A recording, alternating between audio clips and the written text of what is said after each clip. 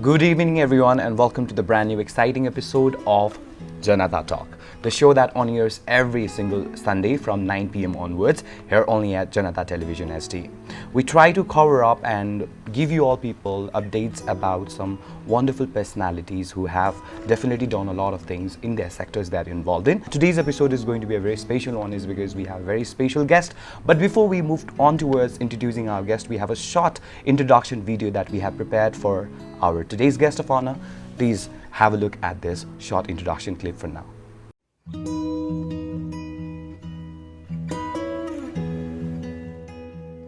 Wendy Shu was born and raised in San Francisco, California as first generation with immigrant experience from China.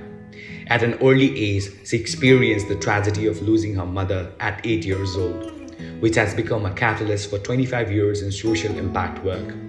She studied aviation, learned to fly single-engine prop planes, and worked in the international aviation business as a jet engineer specialist. After volunteering in October 2014 at a girls' orphanage in India, she quit her job 4 months later, sold all her things, and left the country to travel the world, all across Asia, Europe, and Africa for 6 years. When an earthquake hit Nepal on April 25, 2015 and damaged 9,000 schools, Wendy traveled to Nepal 3 months after to support in earthquake disaster relief. From there, she founded Building Education, a non-profit organization that serves to build safe schools in developing countries to end the cycle of extreme poverty. Building Education's motto is 1,000 schools and 10 lakh lives. In collaboration with local government, schools, and partner organization, Building Education aims to transform rural villages into prosperous, dignified communities. Building Education believes in a world where every child has an equal opportunity to education.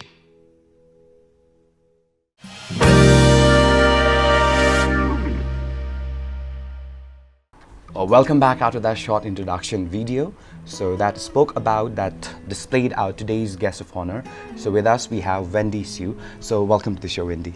Thank you for having me. I'm so honored to be here. It is our privilege to have you in the show. So you have been, first of all, let's go for a short description, or let's say introduction of yours to all our viewers. How Sure. would you like to introduce yourself? Sure. So my name is Wendy. I'm founder of Building Education. We are a nonprofit organization, and we serve to build safe schools, water systems, energy and hydroponic systems in countries like Nepal. So mostly focused in Nepal right now. So what would be the best adjective to describe you? Because you're a traveler, you're a beauty pageant winner, you're a social activist. So what do you prefer an adjective to describe yourself? I believe I'm a global citizen of the Right. world. I studied aviation. I was in a completely different We'll world. definitely come back to that. Yes, and I loved the world of flying, but more than that, I see myself as a world traveler. All right. And I believe in our heart of hearts, our purpose on this planet is to make the world a better place than we found it. So I don't see myself as just a citizen of one country, but someone who's a global citizen of the world, where my purpose really is to make the world a better place and give back. That's great. I saw somewhere where you described yourself with this quote, "Well-behaved women seldom makes history." Yes. Please let us know, what does it actually mean to you? Why did you say this quote describes you? Okay, I would love to share about that. So that quote actually has been said by a few people, but the person that resonates with me the most is Eleanor Roosevelt. So at the time when I was living in San Francisco, I had just finished my, regular schooling and wanted to go into university. Many people had told me that women don't fly planes and females can't learn how to fly planes.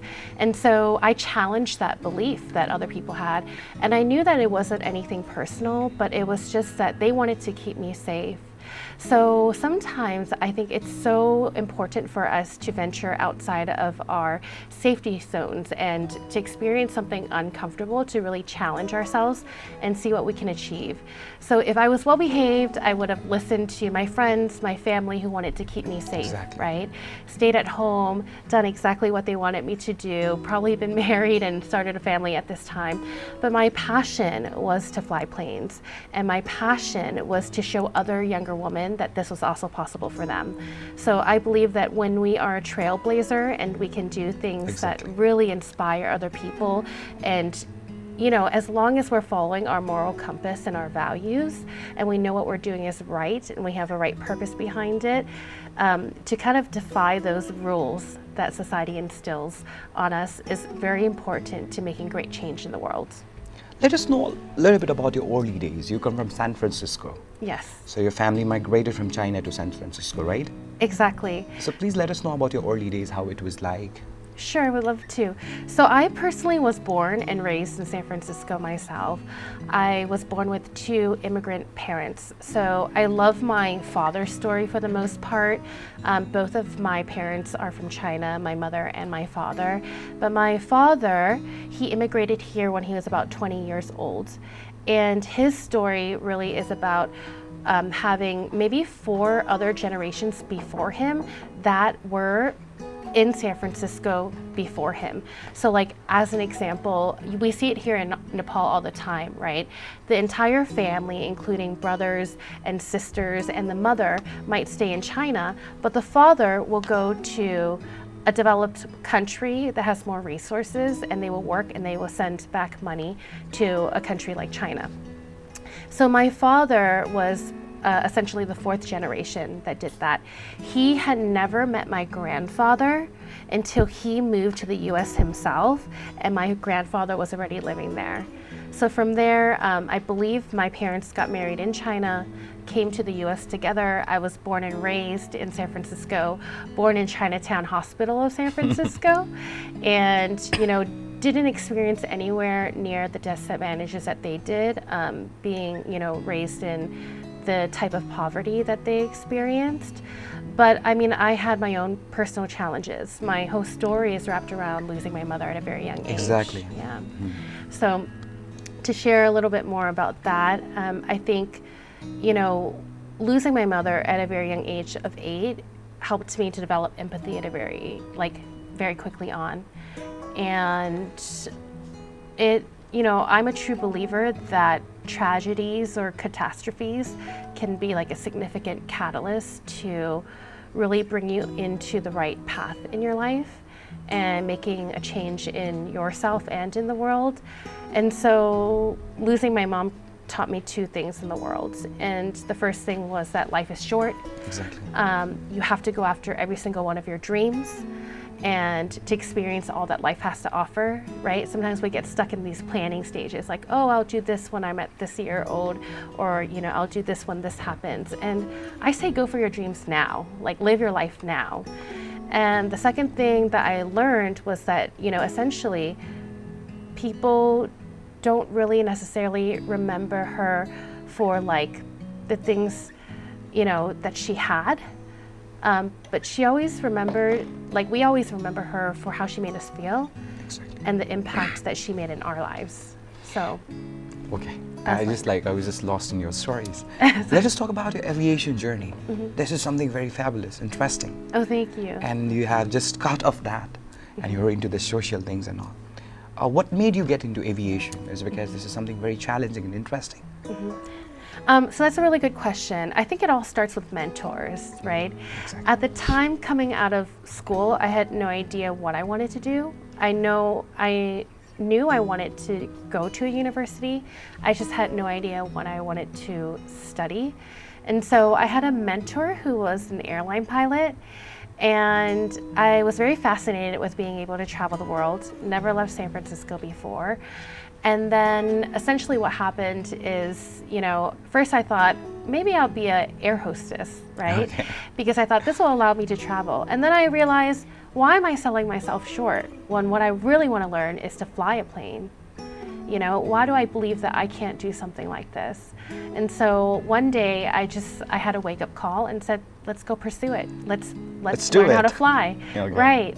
Let's prove myself wrong and, become empowered and show other women that they can also do this. So you're quite an explorer. You have been doing a lot of things. Let's talk about teaching in Africa. You were there, right? Sure, yes. So what made you go, leave all of the things that in aviations, flying planes, and a girl now teaching in a small school in Africa? How did that happen? I would love to share about that. I actually taught at a small school in Thailand.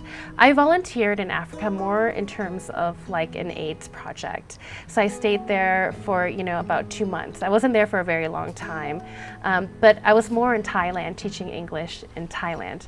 Africa was fascinating. I really wanted to go. I heard about it from a good friend of mine. She had also volunteered at this AIDS project, and she recommended that I go to Africa, Tanzania, in Bagamoyo, and then volunteer there.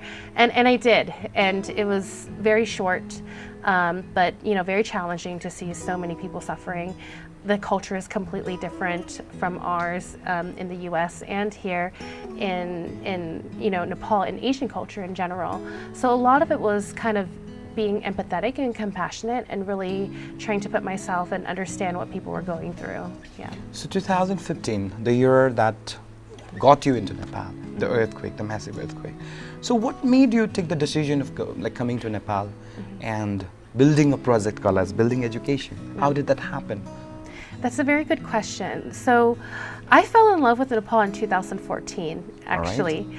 I was here pre-earthquake. All right. Yes. Okay. So I came here because, I finished a volunteering program, volunteering at a girls' orphanage in India. And then I heard about the beautiful land of Nepal, in all honesty. Everyone told me this was like India heaven. So I thought, okay, I would love to go and visit. And I did some research and I learned about Sherpas and the majestic, mountains. And I thought, I have to come. So as a traveler then, I was very naive and I got lost very often in the country. And I actually was pretty fascinated because I felt like the people looked like me. And I would get into a taxi and I felt like this could be my father. And there was one day where I got very lost in Kathmandu. I was going to Pashupati, and then on the way back, I couldn't tell the taxi driver what the name of my hostel was. He didn't speak English, I didn't speak Nepali, and there was a sense where we were a little bit frustrated at the situation, but he drove around for 2 hours until he helped me to find my hostel. Right. And I guess that always still stayed with me, that someone that I didn't know, and in all honesty, I felt like he could be my father, and I'm sure he felt the same way. Like, so he would want someone to help his daughter, right? If that happened to his daughter. Exactly. So there was a connection already, and then I just really remembered that, and I was so grateful. So when the earthquake happened in 2015, I was teaching at a school in Thailand, and actually I was kind of in the middle of my school year, towards the end, and the teachers actually the school wanted me to repeat another year, but something really called for me to come here. And I found that it was like, no matter what anybody said, going back to the quote of, well-behaved women seldom make history. Exactly. Everybody wanted me to stay, but something really called to me, like I have to come back and help the Nepalese people in the same way that they have helped me. So I came here, and that's essentially how it all began. So let's talk about the building of Building Education. Sure. We need a team. Right. You had a mission, you have an objective. Behind is the story of this Building Education. What made you go for it? What were the homework you did for building this Building Education? Let us talk something about this. Sure, I would love to share about that. So actually, I didn't think that I would start a nonprofit organization so soon. I volunteered with All Hands at first to learn about earthquake disaster relief during the earthquake time. I learned everything from like cleaning rubble, working in displacement camps, building temporary bamboos, building the temporary homes. And from there, I think I was able to conceptualize the projects that we now call Building Education. But after I finished my volunteer, I had many people who continued to ask me for help. Okay. And at the time, I said, actually, I just want to work for an INGO. I felt like I didn't have what it takes, or I didn't have the experience, and I didn't have the resources to start my own. But what happened is, he continued to message me for about 6 months. So finally I said, okay, I'll help, And we said, first we just rebuild one wall. then one wall became the entire school. And essentially, I stayed in country for a long time. It was a slum village right outside of Pokhara, so Prithipechak, right behind Prithipechak. Okay. And I worked with these people for a long time, right, about 3 to 5 years, and that's kind of how the model developed without me even realizing it. You know, it started off with one wall, and then after that it was like, okay, school uniforms, and then the next thing after that was like, okay, we need food, we need water, you know. Then we brought in a water system, and it provided over 110 homes with water. It reduced the death rate by 90% in this village, so significant. I mean, when I used to walk down the streets, people were dying all the time. And I guess it really hit home when I found out that the person that I saw laying in the street was my student's uncle. So it started off that way, and after 4 years, I then incorporated into a nonprofit because many people in the US, which our donors are, asked for tax-deductible receipts. Okay. So we formulated in 2017, and then it was just a passion project at first. But up until like 2019, 2020, right before COVID hit, I looked at the village and the whole village had changed. You know, we brought in the local government to pave the roads. Okay. The kids could speak English to me and tell me what their Great. dreams were. Wow. You know, there was water in the facility. We were no longer experiencing a lot of deaths. And we had just hosted a woman empowerment conference that taught about menstruation health. And the women were mothers of the children, and they were starting up small businesses in these areas. So I felt like 4 years of hard work, and honestly, we did make a lot of mistakes. Okay. The entire community changed. And I come from a science background. I studied aviation, I studied science. I worked with jet engines in my past career. So I kind of look at villages and everything kind of like a system. What kind of solutions can we plug into these to make it function a little bit better? And so I looked at the village after 4 or 5 years, and I said, what worked and what didn't work? And then created our model from there. That's And how you people guys like function thereafter. Yeah. Let me know about your tie-up and your association with government of Nepal. What is the way you people function, and how do you tie up with the government? yeah, that's a very great question, and I'm very happy to answer that. The local municipalities actually have been very, very helpful. We find that when we go to specific villages that need the help of the resources, the government is very willing to partner alongside us. So, you know, essentially what we do is more than just building schools, right? We do schools, water systems, energy systems, hydroponic systems, and then the government comes in to pave roads. But every single partnership is very different. As an example, the fourth school that we just built in Dading, Building Education did the school, we did the water system, we did the desk benches, the playground, but the local municipality built up the roads and they brought in the electricity. Okay. And then because we increased this school to up to class 5, now the teachers, the government is going to bring in the teachers. So every collaboration is different. With our 5th school we just signed, we're building the first 4 classrooms. The local municipality has agreed to do the second layer of 4 classrooms. We will extend this from 8th grade to 10th grade. So currently the dropout rate at 8th grade is about 90%. So extended it to 10th grade, it will increase the literacy and education level to 10th grade. It's a no-brainer for us. So every partnership is very different, but usually what we do is we do an interview process with the school, the staff. We talk to the community leaders, we talk to the villagers, we talk to the students, and then we go and talk to the local municipality and just work out, you know, what is within their budget, what are their plans for the year, what is their 1-year plan, 3-year plan, how can we collaborate together? Because I believe that true sustainability is putting in all of the pieces together. Because as a foreign agent, like foreign aid and foreign agency, you know, we believe that it needs to be the people that are the leaders of their community to bring it up. And Exactly. So Nepal is a very vulnerable country. There's a lot of things yet to be explored. You've been working for water management, you've been working for schools and other different stuffs. So what other aspect do you think the general public need to know or need to address, government need to go for, or what is your organization seeking to do in different sectors? Yes, I love that question. So we recently went to far west Nepal. So we went out Jahazurkot. well, last year okay. we went to Mugu and Okay. we went to Jumla. So you have a lot of idea about the current scenario in Asia, because it's just very vulnerable. So Right. what is the conditions, and what are the different other things that you see need to be addressed on an immediate basis? So I think in terms of Nepal and Kathmandu, what is incredible is I see tremendous development after the earthquake, right? You see these startup communities that are coming in. I know that they recently just had like an investor conference that was foreign investor conference that came through, right? And I think all those things are fantastic, but then there's also huge economic disparity in terms of, far west and places like Kathmandu, right? And I know that there's significant challenge because of the infrastructure up into these areas.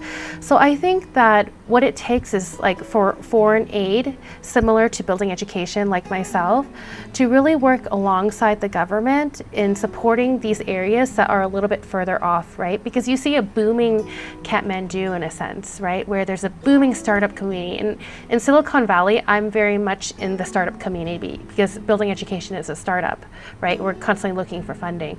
But I also see it here in Kathmandu, which is so fascinating. I love it. I enjoy learning about what entrepreneurs have to offer here. But then you go into far west Nepal, and only 1% of females are literate here, can read and write.